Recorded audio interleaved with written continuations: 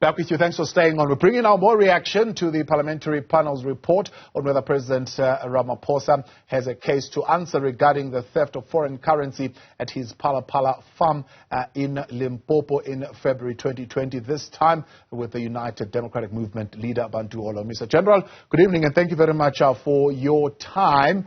You said earlier on, before you decide what bridge you're going to cross, let's wait for this report to be made public. Firstly, you are happy with the degree of transparency in how this report has been handled?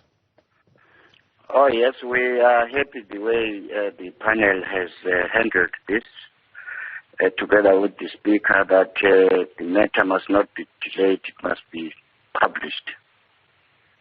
Well, we are looking at serious charges here. If you look at them, in fact, there were 4 charges or so, if not 5, that were brought against the president. It does seem the panel has decided that on all those charges, the president has got a case to answer on the serious violation of a Section 96, subsection 2A. In other words, the president would have here, in this particular instance, given an instruction to his personal protection, an unlawful instruction in terms of what needed to be done. There's also a possibility that there is conflict of interest between the president's official responsibility and his private business. So the panel feeling that the president needs to answer on the question of paid work while he is the president. And there is serious misconduct in terms of violating the PRECA Act as well. What do you have to say?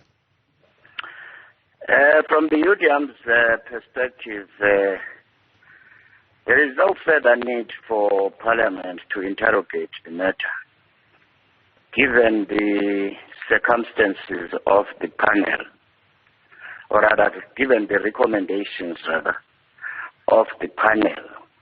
The balance of probabilities is sufficient enough. Nothing more needs to be proved. The president would be well advised to leave his office without any further delay or prompting. South Africa cannot afford another scenario where the nation and the world is focused on the misdeeds of our president. The African National Congress must recall their deployee, and the law enforcement agencies must follow up on the recommendations of the panel. We just cannot afford to have a president in office facing these serious indictments. He must go. In all likelihood, the president's address of the NCOP tomorrow will be disrupted. I don't know whether it will go ahead or whether the president might decide otherwise, but if he does show up at the NCOP tomorrow, that address is going to be disrupted. Would you support that disruption of the president's address? There is no need for him to go to address the NCOP. He should call a press conference tomorrow and say he is leaving and that the country must prepare to nominate another person. Remember that we don't have a contract with him. It's not like he's in a CCMA case yet. Balance of probabilities is sufficient enough for him to leave in the interest of South Africa and even his party, not to mention his family. Now, we've been here, would you say, General, before as far as the ANC and its leadership is concerned, especially a president being declared a constitutional delinquent. The ANC rallied behind its leadership in previous instances.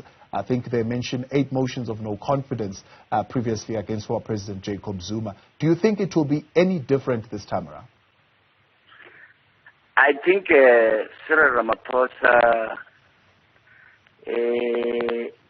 given that he was elected and promised to bet on a wicket of anti-corruption, I don't think he himself would like to be subjected to further humiliation and take a risk of allowing the parliament to vote on against him. Even if he were to win, at the end of the day that ANC closed ranks. Still, the Phala Phala issue, as long as he's in the government, will always haunt him.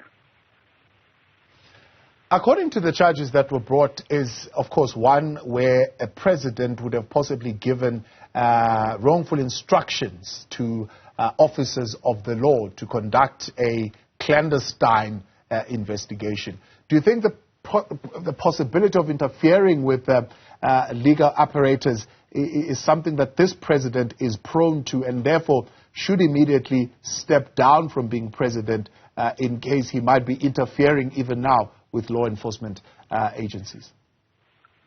Precisely. That's why we say he has to go, because, look, had we not stood up as some of the opposition parties to say there must be this inquiry, the police and that sleepy National Prosecuting Authority leader,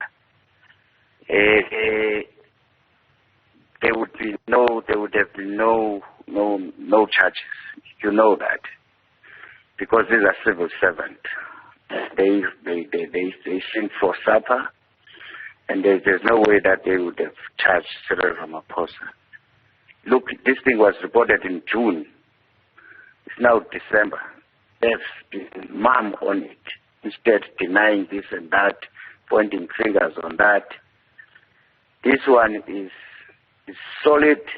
Cyril Ramaphosa and ANC must spare the country. In fact, this is what I said earlier, at the beginning of the year, last year.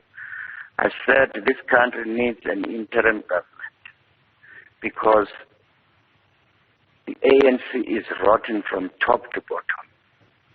And we cannot allow this to continue.